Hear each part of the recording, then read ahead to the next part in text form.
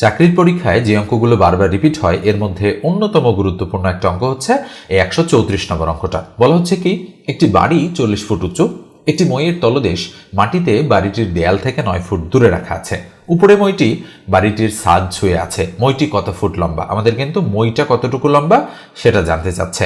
তো আমরা করব কি, প্রথমে একটা 40 ফুট উঁচু বাড়ি বানালাম, এটা আমরা দিয়ে দিচ্ছি, এটা হচ্ছে 40 ফিট। আর একটি মইয়ের তলদেশ মাটিতে বাড়িটির দেয়াল থেকে 9 ফুট দূরে রাখা আছে। তার মানে এখান থেকে এই পর্যন্ত এই দূরত্বটুকু কত? এই দূরত্বটুকু হচ্ছে আমাদের 9 ফিট। এবার বলা হচ্ছে যে উপরে মইটি বাড়িটির ছাদ ছুঁয়ে আছে। তো বাড়িটির ছাদ ছুঁয়ে থাকা মানে কি, এখান থেকে এই পর্যন্ত এই দূরত্বটুকু মইয়ের দূরত্ব এবং এটা ছাদ ছুঁয়ে আছে। তো ধরে নিচ্ছি এটা হচ্ছে এক্স। এখন আমরা এখানে পিথাগোরাসের উপপাদ্য প্রয়োগ করতে পারি। কেন? এটা একটা সমকোণী ত্রিভুজ তৈরি হয়েছে।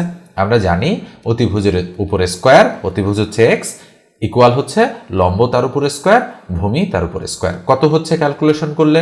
40-এর উপরে স্কোয়ার মানে 1600, আর 9-এর উপরে স্কোয়ার মানে কত?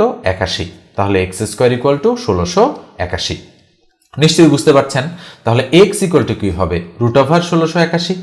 তো ইকুয়াল 1681-কে রুট করলে কত হয়? অবশ্যই 41। আপনারা বর্গমূল করে দেখেন। তো নিঃসন্দেহে খ নম্বরটাই আমাদের অ্যাপ্রোপ্রিয়েট অ্যান্সার।